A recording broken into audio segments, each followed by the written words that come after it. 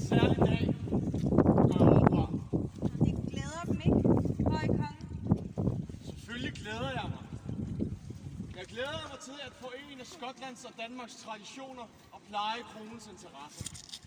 De taler væsentligt mindre romantisk nu, deres majestæt, end i de breve, de sendte til mig, mens vi endnu var adskilt. Mit humør var også anderledes på det tidspunkt. Mente de ikke, hvad de skrev? Har jeg gjort noget for at ændre deres humør? Og i så fald vil jeg gøre alt i min magt for at behage dem igen. Det er heksene, kære dronning. Jeg kan mærke, de er her. Jeg har kunnet mærke dem siden den første storm, der tvang deres skib i land i Norge. De er her. Alle vegne.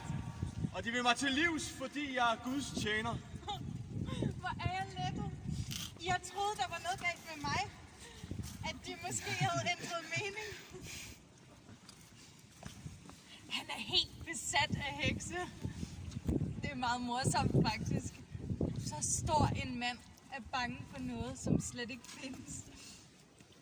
De hekse skal vi nok kunne klare. De tror ikke på hekse.